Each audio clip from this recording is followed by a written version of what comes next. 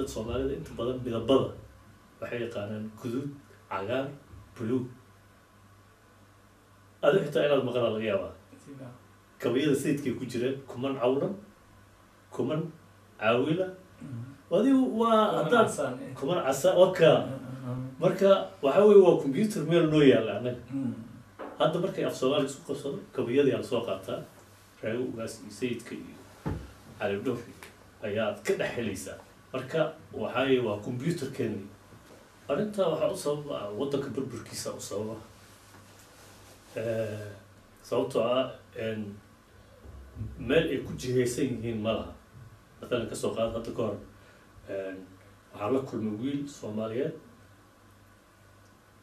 وأنا إله سي عمرياس هي عفمات كاس دق وكوري هدو يسوع فرست دادا waxaad moodaa inuu ileeyahay waana 25 waana sheekaysto marka wuxuu ka sheekeynayaa dagaaladii wixii markii dambe anigu waxaan iri meesha ceelgaab yiraahdo iyo Villa Courage del Sud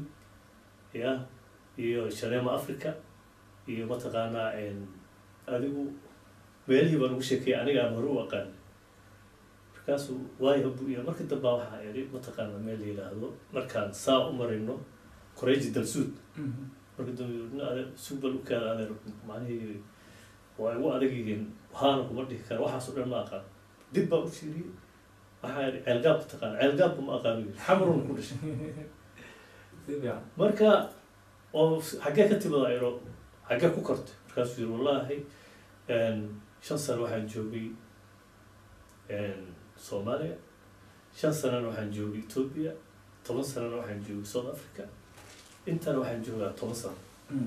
marka meel ku koray ma aqaan amigiis buu qaad marka de af Soomaaliga soo ku baranaya